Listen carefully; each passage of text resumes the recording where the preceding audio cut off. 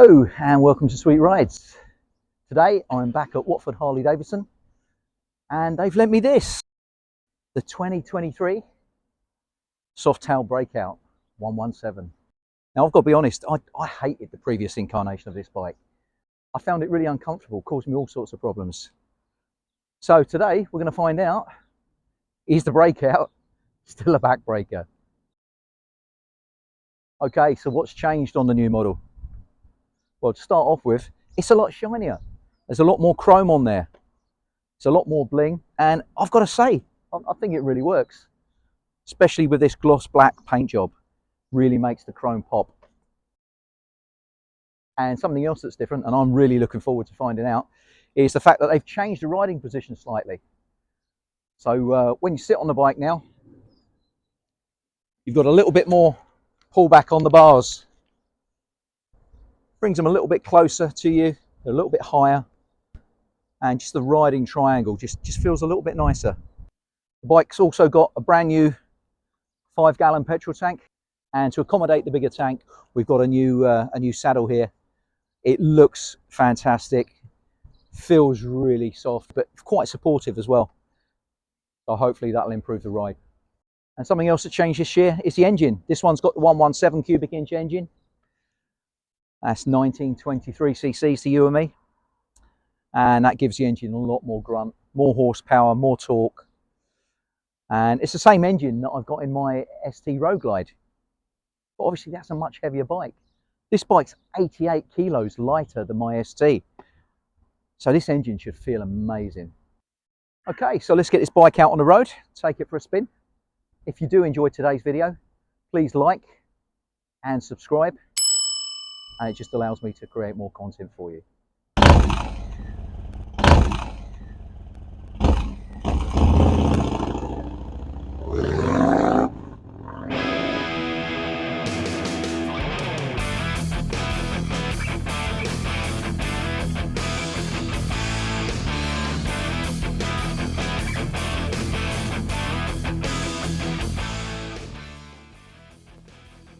So the Breakout has a 117 cubic inch or a 1923 cc V-twin engine, and that creates in standard form 103 horsepower.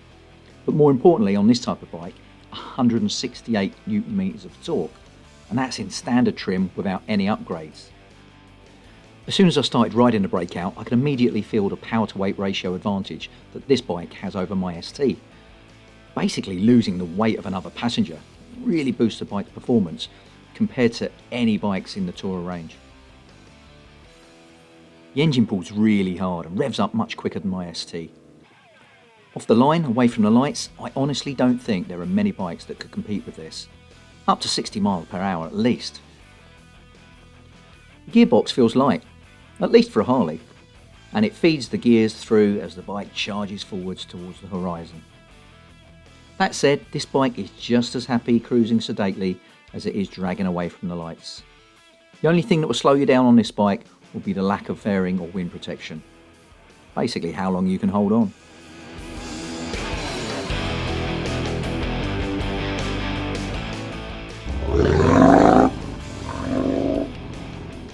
The bike that I've been lent today does come with a stage 1 conversion and a gorgeous Bassani 2-in-1 exhaust. And this boosts torque and power by approximately 10%.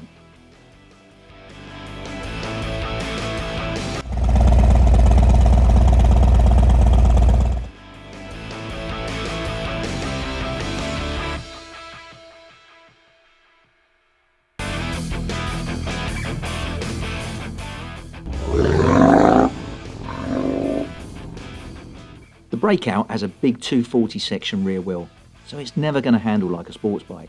However, with the 130 section front, it really helps to compensate for that fat rear tyre. And I found the Breakout actually handled much better than I was expecting. Yes, on faster, tighter corners you might have to heave it over a little bit and hustle it around. But high speed corners are not what this bike is about. Just get it through the bend, straighten it up, and then use that massive torque to fire it forwards to the next one. It's brilliant fun. The rear shock seemed to be well set up for British roads, although there is adjustment if needed. The Breakout is part of the Softail family of bikes, And since they introduced a new frame with a monoshock, handling has been majorly improved on all Softail models. The front shocks are non-adjustable, but again, they appear to suit what the bike's been designed to do. I certainly had no complaints about them. The front brake is a 4-pot unit on a single disc, and it performed just fine. Due to this bike's rear grip bias, I must admit I found myself using the rear a lot more than perhaps I normally would, and found the Breakout stop best when using both front and rear brakes together.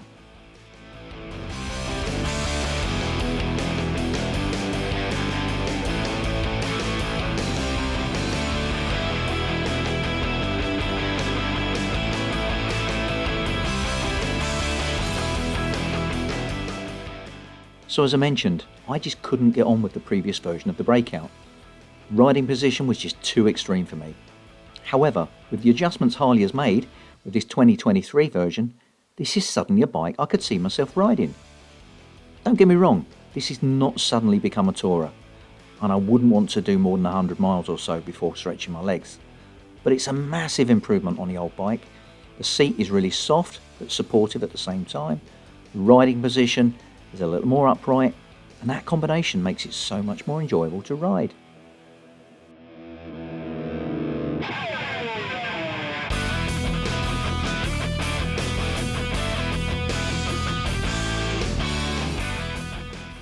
If you want loads of tech, this is not the bike for you. This bike is all about the stripped back cruiser look. It has the same small digital cluster seen on the Lowrider ST and the Street Bob.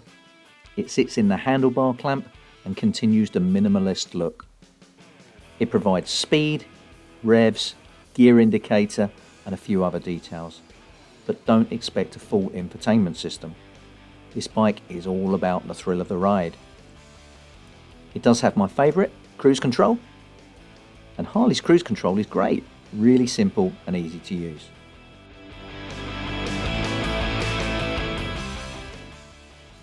Okay, we've been out here long enough. Let's head back and talk about the rest of the bike.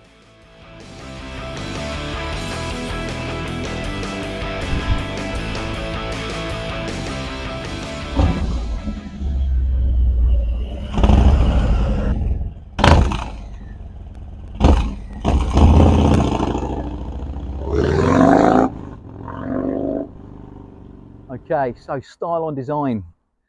Well, I've got to say, on this bike in particular, I think Harley have got it spot on. It's a gorgeous looking bike.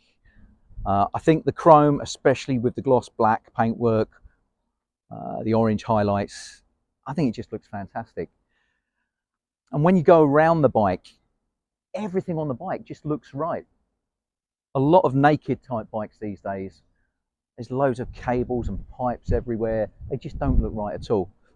This bike's so tidy. Every single detail seems to have been really thought out well. Okay, so let's talk about desirability. If you're into this style of bike, yes, this is a desirable bike. It looks gorgeous. It rides really, really well. And it's got the wow factor. While I've been filming today, every time I've stopped, I've had members of the public coming up to me, asking me what it is, how fast it goes, the usual questions. Yes, there are other brands out there that make similar products, but I don't think anyone does it quite like Harley. And if you like getting noticed, this is definitely the bike for you. Okay, so let's talk about how much this thing's going to cost you. Current retail price on this bike is £24,194. Yeah, it's a lot of money, but I've got to say, it's a lot of bike. On PCP, with a 10% deposit, that works out just under £350 a month over 48 months. So that price is for this bike, as you see it, with the gloss black paint. This bike does have an aftermarket exhaust on it. It's got a Bassani 2-into-1 exhaust. It sounds fantastic. But apart from that, the bike, as you see it, is standard. If you want any of the other colours, I'll put those on the screen for you now.